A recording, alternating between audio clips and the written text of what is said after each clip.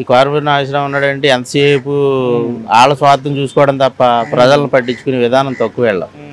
ఎందుకంటే పిల్లలకి భవిష్యత్తు కావాలి. మెయిన్ పిల్లల భవిష్యత్తు కావాలంటే చంద్రబాబు నాయుడు గారు ఉంటేనే రాష్ట్రంలో నెంబర్ 1 ఉంటుంది. రోడ్లైనా ఇవాళని ఎలా అంత దయనీయ పరిస్థితిలో ఉన్నాను. ఎక్కడికి వెళ్ళాలన్నా అసలు భయంకరమైన రోడ్లు. అసలు రోడ్లు చూస్తుంటే ఏదో గోదావరిలో తలంపించినట్టుగా ఉంటున్నాయి. అలాంటివి ఉన్నాయి ఇక్కడ. ఇవాళ పిల్లలకి ఎడ్యుకేషన్ పరంగా కావాలంటే చంద్రబాబు నాయుడు అయితేనే కరెక్ట్. అక్కడ ఇక్కడైతే ఆర్మీల రాధాకృష్ణ గారు పక్క మా ఏరియాలో.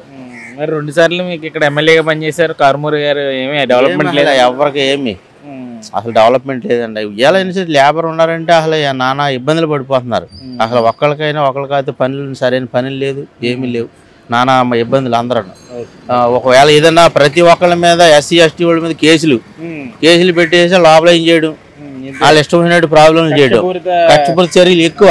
కొద్దిగా ఏదన్నా ఉండి అవతల పర్యటకు పొరపాటు యువతలకు వస్తే వాళ్ళని కూడా కర్రలతో కొట్టేయడం. చాలా రచ్చరచ్చ కింద ఉంటుంది. వీళ్ళ ప్రభుత్వం చాలా దయనీయంగా ఉంది. ఎస్సీ ఎస్టీ వాళ్ళకి అయితే చాలా ఇబ్బందులు. ఇంకా మిగతా వాళ్ళకంటే ఓసీ వాళ్ళకి మనకు పర్వాలేదు.